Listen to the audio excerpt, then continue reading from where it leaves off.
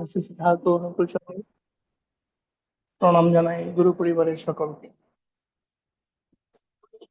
আজকের এই সন্ধ্যাকালীন সুষ্ঠু সুন্দর মুহূর্তে অনলাইন সৎসঙ্গে যারা উপস্থিত আছেন, ঠাকুর একনিষ্ঠ কর্মী, সুস্থ নিব্রতধারী কর্মী, সকল দাদা এবং মায়েদের জানাই রামদিত জয়গুরু।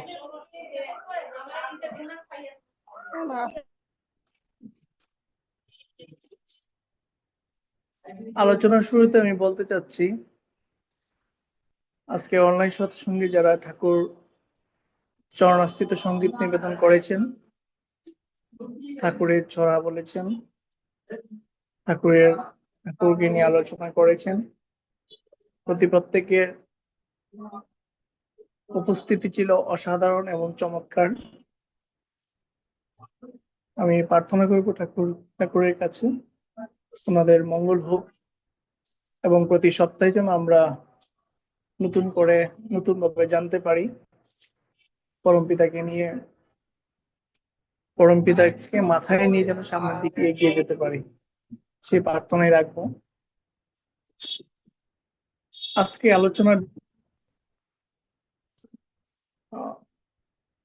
কখনো নিন্দা করো না, কিন্তু অসত্যের প্রশ্রয় দিও না, মেবি এরকমই হবে। তো আসলে নিন্দা করাটা খুব একটা ভালো কাজ না। কারণ আমরা যতটুকু জানি, একে অপরের মানে চোখের আড়াল হওয়া সত্ত্বেও যদি আমরা একে অপরের নিন্দা না করে প্রত্যেকের ভালো বিষয়টা, ভালো গুণটা যদি সামনে আমরা আহ আলোচনা করি, তখন দেখা গেছে যে সামাজিকভাবে অনেক কিছু আমরা বুঝতে পারি। ঠাকুর যা কিছু আলোচনা করেছেন বা আমাদের জন্য রেখে রেখে গেছেন, তার প্রত্যেকটাই কিন্তু আমাদের ব্যক্তি জীবনে ওতপ্রোতভাবে জড়িত। ব্যক্তিগত জীবনে, সামাজিক জীবনে, পারিবারিক জীবনে, পারিপার্শ্বিক জীবনে, সবকিছুতেই ওতপ্রোতভাবে জড়িত। আর অসত্য বলতে আমরা আসলে ডে বাই ডে পরিস্থিতির কারণেই হোক আর নিজের ব্যক্তিত্বর কারণেই হোক, সত্য বলাটা আসলে খুব একটা হয় না। আমি সত্যবাদী, এটা আমি কখনোই বলবো না, বলা উচিত নয়। কর্মক্ষেত্রে, ব্যক্তিগত ক্ষেত্রে, সকল ক্ষেত্রেই সত্যটা বলা হয়, তবে কিছু কিছু ক্ষেত্রে হয় না। বিভিন্ন কারণ আমরা বলতে পারি না। তারপরে যতটুকু সম্ভব, 100% না হোক, ঠাকুর পরিবারের সদস্য হিসেবে বা ঠাকুর পরিবারের সন্তান হিসেবে যতটুকু পারি আমরা অসত্যকে ভায়োলেট করার চেষ্টা করব, এবং নিশ্চয়ই কাউকে ওইটা বলতে উৎসাহিত করব না। কোনটা? অসত্য বলতে উৎসাহিত করব না, সদা সর্বদা সত্য কথা বলবো, সেদিকেই উৎসাহিত করব যতটুকু করা যায়।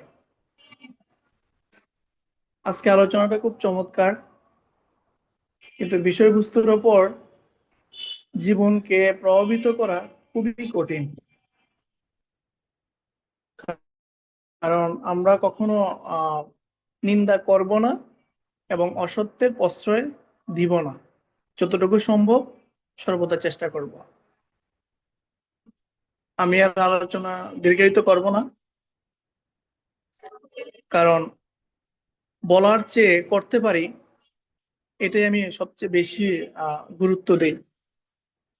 আমি বলতে পারবো আধা ঘন্টা 1 ঘন্টা বিভিন্ন উপমা দিয়ে, উদাহরণ দিয়ে বলতে পারবো, কিন্তু কতটুকু নিজের জীবনে ধারণ করতে পারবো সেটাই সবচেয়ে বড় বিষয়। আর আজকে আলোচনার সার্থকতা, আমি প্রার্থনা রাখবো পরমপিতার কাছে আমরা সর্বদা পরমপিতার দিক নির্দেশনাগুলো কতটুকু পালন করতে পারবো জানি না, তবে পালন করার চেষ্টা অবশ্যই করব। বাকিটা ওনার ইচ্ছেই মঙ্গল। আজকে আলোচনা প্রেক্ষিতে আজকে অনলাইন সৎসঙ্গ যিনি পরিচালনা করেন, আহ তারই ধারাবাহিকতায় যে এটাই সত্য, ওনার আসলে মঙ্গল হোক। আহ উনি খুব তীক্ষ্ণভাবে এবং কঠোর পরিশ্রমের মাধ্যমেই হোক, মানসিকভাবে আজকে অনলাইন সৎসঙ্গটা উনি ধরে রেখেছেন। আমরা যতটুকু পারি ওনাকে সহযোগিতা করব ওনার ব্যক্তিগত এবং পারিবারিক মঙ্গলার্থে। আজকে অনলাইন সৎসঙ্গে যারা উপস্থিত আছেন প্রত্যেকের মঙ্গলার্থে এবং বিশ্বের প্রতিটি জীবের আশা এবং ভালোবাসা যেন পরম পিতার চরণাস্থিত হয়, এই প্রার্থনা রেখে আজকে আলোচনা এখানেই সংক্ষিপ্ত সমাপ্ত করছি। সবাইকে আমি আবারও জানাই প্রাণদিত জয়গুরু।